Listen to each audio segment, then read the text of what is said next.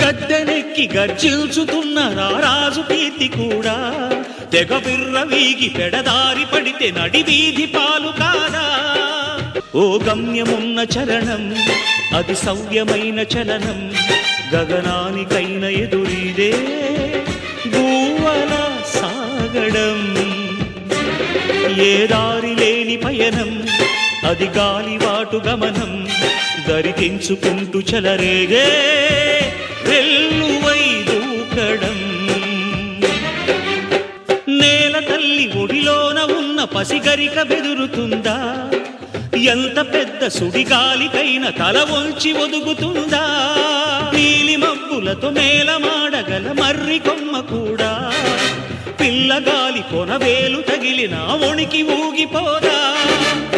బడవాగ్నితో కడుపు రగిలిన బయటపడని కడలి గుణం, పడమరలో మునిగిన రవినే కూర్పున తేల్చే గొప్పతనం. ఓ మెణుగురంత మిగిలున్న చాలు చీకటి చీల్చే ఆశా కిరణం.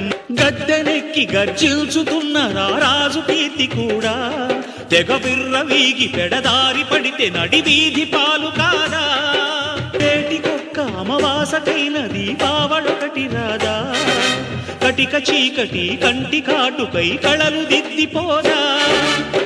దారం ఆధారం వదిలి మిడిసిపడే గాలిపటం, ఏ తీరం చేరక ఊరికే ఊరేగే వెర్రితనం. జీవంత చిలుకులో చలువధనం, భూమంత బ్రతికే పచ్చదనం.